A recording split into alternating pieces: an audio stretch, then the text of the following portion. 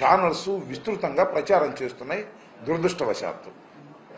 ఆ విషయాల్ని ప్రజలకు అర్థమయ్యే విధంగా 2 మాటలు చెబుదామనే ఉద్దేశంతో ఈరోజు ఈ ప్రెస్ మీట్ని ఆహ్వానించడం జరిగింది. తుంగభద్ర ప్రాజెక్ట్ అనేది ఉమ్మడి ప్రాజెక్ట్. అది కర్ణాటక, ఆంధ్రప్రదేశ్, కొద్దిగా తెలంగాణ, ఈ 3 రాష్ట్రాలకి సంబంధించినటువంటి ఉమ్మడి ప్రాజెక్ట్. దీని నిర్వహణకి తుంగభద్ర బోర్డు ఉంటుంది. కర్ణాటక, మనము, దానితో పాటు సిడబ్ల్యూసి సెంట్రల్ వాటర్ కమిషన్ వారు కూడా 3 రాష్ట్రాలకి సంబంధించినటువంటి ప్రాజెక్ట్ కాబట్టి నిర్వహణలో వారు బాధ్యత తీసుకుంటారు. చైర్మన్గా వారు ఉంటారు. ఇది దాని కన్స్ట్రక్షన్.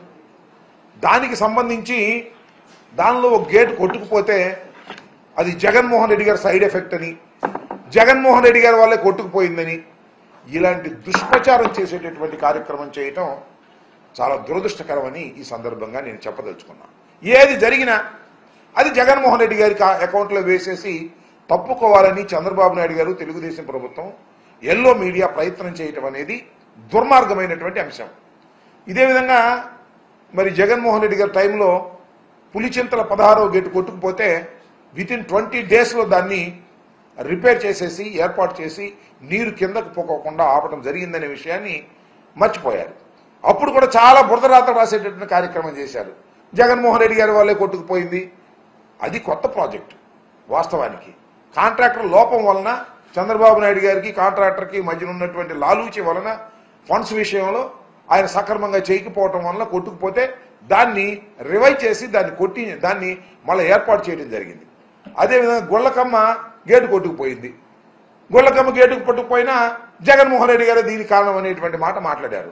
ఆ రోజున చెప్పాను నేను మంత్రిగా ఉన్నప్పుడు, ఈ రోజున చెప్తున్నాను, గుళ్ళకమ్మ కొట్టుకుపోవడానికి, గేటు కొట్టుకుపోవడానికి చంద్రబాబు నాయుడు గారు తన హయాంలో చేసినటువంటి అలసత్వం. ఎందుకు చెప్తున్నానంటే, చంద్రబాబు నాయుడు గారు 5 సంవత్సరాలు పరిపాలించాడు కదా పోయినసారి. అప్పుడు గుళ్ళకమ్మకి 5 to 6 crores ఖర్చు పెట్టారు. దేనికి ఖర్చు పెట్టారు తెలుసా?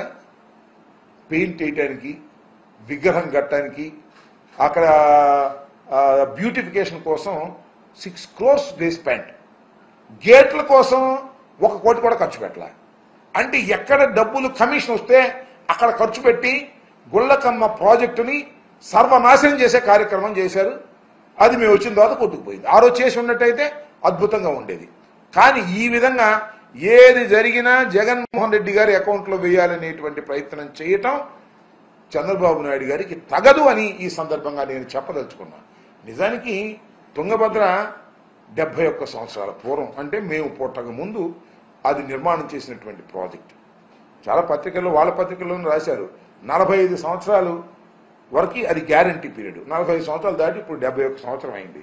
దాని రిపేర్లు ఎప్పటికప్పుడు చేస్తూ ఉండాలి. 40 సంవత్సరాల నుంచి కూడా సక్రమంగా చేస్తూ ఉండాలి. చంద్రబాబు నాయుడు గారు ఎన్ని సంవత్సరాలు పరిపాలన చేశారో మీకు తెలుసు.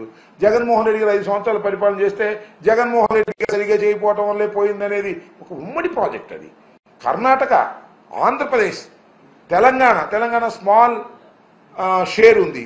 మొత్తం సిడబ్ల్యూసి చూసుకుంటుంది. ఆ నిర్వహణ వేరే ఉంటుంది. ఫండ్స్ మనం కేటాయిస్తాం. అయితే మనకు కూడా కొంత అజమాయిషి ఉండే మాట వాస్తవం. దీన్ని జగన్మోహన్ రెడ్డి గారి మీద నెట్టేందుకు ప్రయత్నం చేయటం చాలా దుర్మార్గం, అన్యాయం, దురదృష్టకరమని చెప్పదలుచుకున్నాను. ఇది ఇప్పుడు అంతే. చంద్రబాబు నాయుడు గారు ఏది చేసినా జగన్మోహన్ రెడ్డి గారి వల్ల పోయింది, లేదా రాజశేఖర రెడ్డి గారి వల్ల పోయింది, నేను అద్భుతంగా చేస్తాను అనేటువంటి మాట మాట్లాడుతున్నారు. దురదృష్టం ఏంటంటే చంద్రబాబు నాయుడు గారిని అనేటువంటి వయసు నాకు లేదు, చంద్రబాబు నాయుడు గారిని అనేంత అనుభవము నాకు లేదు. ఆయన చాలా అనుభవం కలిగిన వ్యక్తిగా ప్రచారం చేసుకుంటున్నారు. ఎంత దురదృష్టం అంటే పులిచింతల ప్రాజెక్టుకు సంబంధించి ఆయన ఒక మాట చెప్పాడు. నాకు చాలా ఆశ్చర్యం వేసింది. ఇప్పటికి కూడా ఆశ్చర్యం వేస్తుంది. ఏమన్నాడంటే, కాఫర్ డ్యాములు లేకోకుండానే ప్రాజెక్టుని పూర్తి చేయాలనే ఆలోచన మేము చేశాము అన్నాడు చంద్రబాబు నాయుడు గారు. సాక్షాత్తు చంద్రబాబు నాయుడు గారు.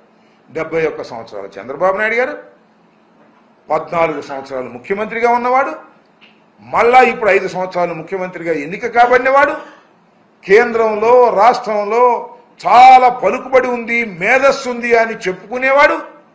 ఆయన ఏం చెప్పాడు ఒక డైలాగు, పోలవరం ప్రాజెక్టు కాఫర్ డ్యాముల నిర్మాణం లేకోకుండానే, మరొకసారి వినాలి, పోలవరం ప్రాజెక్టు కాఫర్ డ్యాముల నిర్మాణం లేకుండానే ప్రాజెక్టు పూర్తి చేయాలని ఆలోచన చేశాము అనేటువంటి మాట ఆయన అన్నాడంటే మరి నిజంగా ఆయనకి ఇరిగేషన్ గురించి ప్రాజెక్టుల గురించి తెలియదని అనలేదు, కానీ ఎంత అమాయకంగా మాట్లాడాడో నాకు అర్థం కాలేదు. దానికి ఏదో నేను ఈ మాట అన్నందుకు రకరకాలుగా వాళ్ళు మాట్లాడే ప్రయత్నం చేస్తున్నారు, నన్నేమో ట్రోల్ చేసే ప్రయత్నం చేస్తున్నారు. ట్రోలింగ్లకి గీలింగ్లకి నేనేం భయపడే వ్యక్తి కాదు, ఫీల్ అయ్యేటువంటి వ్యక్తిని కూడా కాదు. ఉన్నది ఉన్నట్టుగా మాట్లాడటమే నాకు తెలిసినటువంటి సత్యం. నాకు తెలియకపోతే తెలియలేదని ఒప్పుకుంటాను తప్ప తెలిసినట్టుగా చంద్రబాబు నాయుడు గారి లాగా నటించడం నాకు కుదరదు. ఇది వాస్తవం అని కూడా ఈ సందర్భంగా నేను చెప్పదలుచుకున్నాను. ఏది జరిగినా జగన్మోహన్ రెడ్డి గారు ఇవాళ పథకాలు అమలు చేయలేకపోతున్నాం, ఖజానా డబ్బులు లేవు. జగన్మోహన్ రెడ్డి గారు ఖజానా మొత్తం ఖాళీ చేశాడు. ఇది అంతకుముందు ఖజానా బాగా బ్రహ్మాండంగా ఉందనుకున్నావా? నాకు అర్థం కాల. నువ్వు వాగ్దానం ఇచ్చే రోజున ఖజానా బ్రహ్మాండంగా ఉందని అనుకున్నావా? జగన్మోహన్ రెడ్డి గారు ఏం కొత్త వాగ్దానం ఒకటి కూడా ఇవ్వలేదే. ఎందుకు ఇవ్వలేదు? He knows everything. కొత్త వాగ్దానాలు ఇస్తే చేయలేము, పాత వాగ్దానాలని నిలబెట్టుకోవాలి అనేటువంటి ఉద్దేశంతో ఒక్క కొత్త వాగ్దానం కూడా చేయలేదు. నువ్వేమో కొత్త కొత్త వాగ్దానం చేశావు. ఎంతమంది పిల్లలు ఉంటే అంతమంది పిల్లలకి ఇస్తానన్నావు. అదే స్వామి చెప్పినట్టు, జగన్మోహన్ రెడ్డి గారు చెప్పినట్టు బిర్యానీ ఇస్తానంటే బిర్యానీ కోసం ఎగబడితే ఉన్న పలావ్ పోయింది, బిర్యానీ పోయింది, ఆ సామెతగా ఉంది. ఆ అమ్మ ఒడి పోయింది, తల్లికి వందనము లేకుండా పోయింది. ఈ సంవత్సరం నిజంగా తల్లులకు 15,000 రూపాయలు జగన్మోహన్ రెడ్డి గారు రొటీన్గా వేసేవి కూడా లేకోకుండా అన్యాయంగా తల్లుల్ని మోసం చేసిన చంద్రబాబు నాయుడు గారు ఏం చెప్పాలి మీ గురించి నాకు అర్థం. అద్భుతమైన వాగ్దానాలు చెప్పావు, అన్ని వాగ్దానాలు నెరవేరుస్తానన్నావు, సూపర్ 6 అన్నావు. అవన్నీ చూస్తుంటే భయం వేస్తుంది అంటున్నాడు. ఇచ్చింది ఆయనే, మరి భయం ఎందుకు వేస్తున్నావు నాకు అర్థం కాల. ఖజానా చూస్తే ఖాళీ అంట.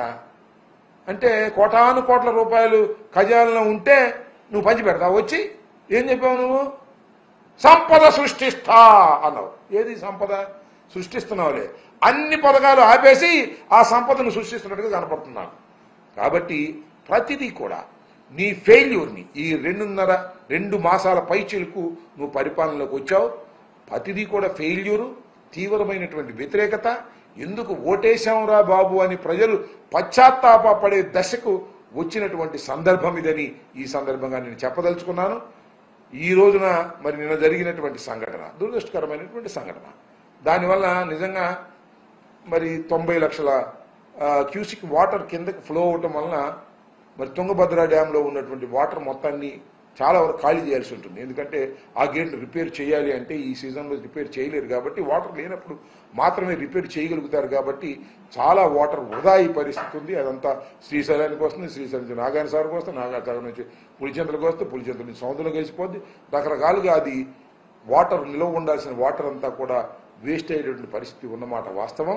దీనికి మనకి కూడా నష్టం జరిగే మాట కూడా వాస్తవం.